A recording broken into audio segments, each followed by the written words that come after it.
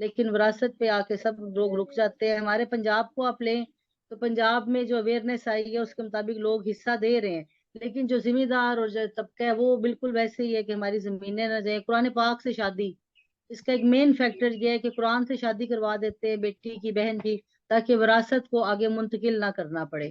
بوڑھوں سے شادی کروا دی جاتی ہے، بچوں سے کروا دی جاتی ہے. اس کی وجہ یہ ہوتی ہے کہ وراثت ہمارے خاندان سے باہر نہ جائے. تو بہت برے حالات ہیں، عورتیں سسکتی تڑپتی ہیں، انہیں کہیں بھی کوئی آسرا نہیں ملتا. اور سندھ کی طرف آپ جائیں، جیسے کہ آپ بھی کا تعلق بھی کراچی سے ہے، تو سندھ میں تو زیادہ ہی برے حالات ہیں. وہاں پہ تو قرآن میں پاک کی جو شادی ہے وہ نہیں کر دیا جاتا. یہ سب اسی چیز کے سلسلے ہیں کہ وراثت نہ دینی پڑے. جبکہ ہمارے مذہب میں آج سے 1444 سال پہلے یہ قانون بن گیا کہ عورت کو وراثت دی جائے، اور عورت کو وراثت شوہر سے بھی ملے گی، باپ سے بھی ملے گی، اور بیٹے بھی کی سی وراثت بھی عورت حقدار ہے.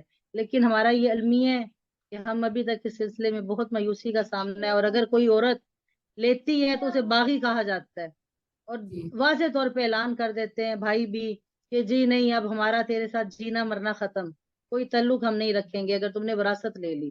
تو یہ ایک المیہ ہے اور اس پہ ہمیں بہت فکر کرنے کی ضرورت ہے. کیا پاکستان میں کوئی ایسا قانون ہے کہ اگر کوئی عورت چاہے اور وہ وراثت لینے کے لیے اپنے کہاں سے وہ رابطہ کر سکتی ہے کہ وہ گھر پہ بیٹھی ہوئی ہے، اس کے پاس اتنے سورسز جی ہی نہیں وہی ہے میں آپ کچھ؟ سے یہی پہلے بھی یہی عرض کر رہی تھی کہ وراثت کا قانون جو ہے نا وہ تو اب آٹومیٹک، جیسے ہی باپ کی ڈیتھ ہوتی ہے اب تو یہ ہے کہ یہ آپ جو ہے خواتین جو ہیں خود اپنا حصہ چھوڑ رہی ہیں. بھائی کی تعلقات خراب نہ کر لیں، ہمیں بلانا نہ چھوڑ دیں، یا ہم معاشرے میں ہمیں بری طرح سے نہ دیکھا جائے، کیونکہ ظاہر ہے جو حصہ لیتی ہے اسے معاشرہ عزت کی نگاہ سے نہیں دیکھتا. حالانکہ دین نے یہ حق دیا ہے، لیکن دینی حق پہ بھی قدغن لگا دی گئی ہے. میرے ساتھ بھی ایک اس طرح کا کیس ہوا. میری کلائنٹ تھی اور انہوں نے لو میرج کی، اور پھر جب وہ اپنی جائیداد کو کلیم کیا تو کورٹ کے احاطے میں اسے گولیوں کا نشانہ بنا دیا گیا. تو یہ سلسلہ ہے. ورنہ جو ریل وراثت کا قانون ہے اس کے مطابق تو بہت ہی ایزی ہو گیا ہے کہ کوئی بھی بھائی جائیداد سیل نہیں کر سکتا، نہ اپنے نام لگوا سکتا ہے جب تک تمام حصے داروں کو ان کا حصہ نہیں ملے گا، بیٹیوں کو اور بیٹوں کو، قانون کے مطابق اور دین کے مطابق. ہوتا یہ ہے کہ ہماری جو خواتین ہیں وہ خاموش ہو کے بیٹھ جاتی ہیں، جب وراثت کی جی بات آتی بالکل. ہے تو وہ وراثت یہ بول کے چھوڑ دیتی ہے کہ ہمارے پاس تو سب کچھ ہے. لیکن ان کے یہ سب کچھ بولنے کی وجہ سے وہ ضرورت مند خواتین جو اپنے حصے کے لیے ضرورت کے لیے بیٹھی ہیں، ان کے صرف اس بات کے بولنے کی وجہ سے ان خواتین کو بہت زیادہ موقع مل جاتا ہے. مطلب ان لوگوں کو موقع مل جاتا ہے کہ وراثت تو تقسیم ہوتی ہی نہیں ہے، اتنی ساری خواتین تو چھوڑ دیتی ہیں، تم بھی چھوڑ دو. آج ہمارا جو جی ایک جی سلسلہ چلتا آ رہا ہے، خواتین نے کیونکہ وراثت میں خود اپنے حقوق چھوڑنا، مطلب اپنے حقوق چھوڑ دیتی ہیں، ہمیں چاہیے ہی نہیں. تو ان کی اس جی غلطی کی بالکل. وجہ سے ہمارا یہ قانون پاکستان کا ہے اس کی اہمیت بھی ختم ہو جاتی ہے. وہ اس خواتین پہ اب عمل جو ہی نہیں ہو پا رہا. جی جی یہی جی 8 مارچ کے حوالے سے بھی میں یہی کہنا چاہ رہی تھی کہ خواتین کو اویئرنیس دینے کی ضرورت ہے، ان کے موجود ہے. اسپیشلی وراثت کا قانون تو بہت کلیئر ہے. پاکستان میں دوبارہ عرض کروں گی کہ پاکستان میں 1948 میں قائد اعظم محمد علی جناح نے پہلا وراثت کا قانون نافذ کیا. اس کے بعد 1961 میں جنرل ایوب نے آئلی قوانین کے تحت یہ وراثت کا قانون پاس کیا، اور اس میں شک نمبر 4 میں انہوں نے ایک ترمیم کی کہ جس طرح پوتا لے سکتا ہے دادا دادی کی جائیداد میں حصہ، اسی طرح نواسا اور نواسی بھی اپنی ماں کی جائیداد میں اور کی جائیداد میں حصہ لے سکتے ہیں. لیکن اب اگر آپ آتی ہیں ریسنٹ جو ہمارے پاس موجودہ کرنٹ لا ہے اس کے مطابق سپریم کورٹ نے جو فیصلہ دیا ہے اس کے جسٹس عطا بندیال نے، اس کے مطابق عورت اپنی زندگی میں اپنے باپ کی جائیداد اپنے بھائیوں سے لے سکتی ہے اور باپ کے مرنے کے بعد طلب کر سکتی ہے، لیکن اس کا کوئی بیٹا کوئی بیٹی جو ہے اس وراثت کو کلیم نہیں کر سکتا. یہ اب نیا ہمارے پاس ریسنٹ قانون آیا ہے. اب یہ 1961 والا آئلی قانون شک نمبر 4 جو ہے اس کی جگہ پہ یہ قانون جسٹس عطا بندیال نے سپریم کورٹ نے اعلان کیا ہے کہ عورت صرف اپنی زندگی میں لے سکتی ہے، اس کے مرنے کے بعد اس کے بچے یہ کلیم نہیں کر سکتے. تو یہ ایک آپ امینڈمنٹ آئی سمجھتی ہے ہیں کہ ہمارے پاس. ہمارا یہ جو نیا قانون آیا ہے کیا یہ بہتر ہے پہلے قوانین سے؟ اس قانون کے بارے میں تو بھی بہت سی ڈبیٹس چل رہی ہیں. کرنٹلی اس پہ آبجیکشنز بھی آ رہے ہیں، لوگ اعتراض بھی کر رہے ہیں کہ دیکھیں جیسے پوتا پوتی کلیم کر سکتے ہیں تو نواسا نواسی کا بھی ایک سٹیٹس ہے، ان کی ماں کا بھی حصہ ہے، وہ کیوں نہیں کلیم کر سکتے.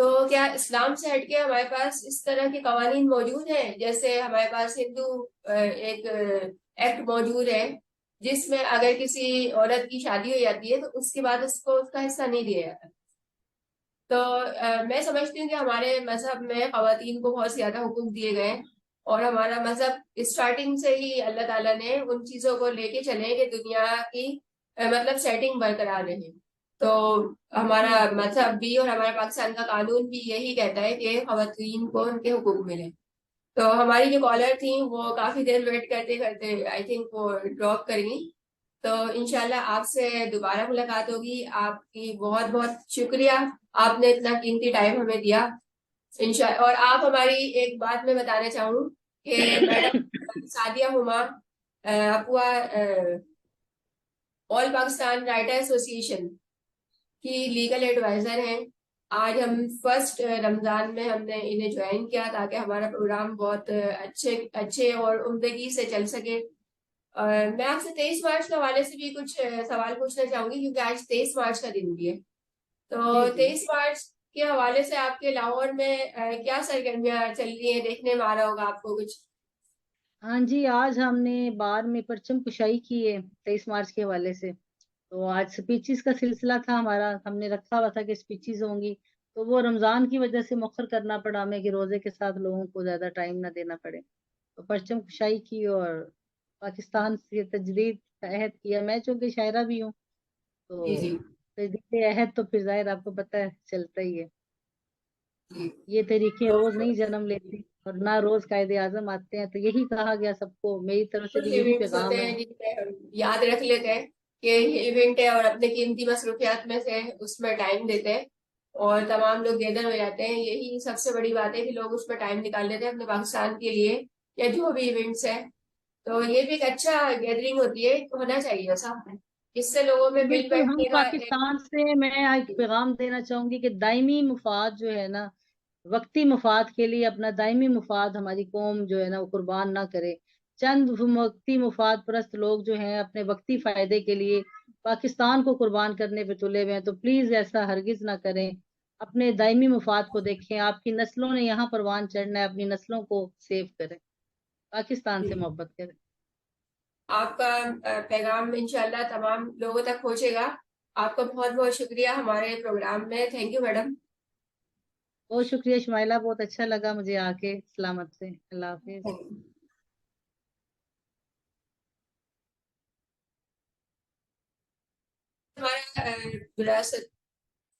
آج ہمارا پروگرام آل پاکستان ویلفیئر ایسوسی ایشن رائٹر ویلفیئر ایسوسی ایشن کی طرف سے رمضان ٹرانسمیشن میں ہمارے ساتھ میڈم سعدیہ ہما تھیں، موجود تھی ہمارے ساتھ. انہوں نے ہم سے بہت اچھی باتیں کی اور کافی اچھے انہوں نے ہمیں معلومات فراہم کی. تو آج ہمارا یہ پروگرام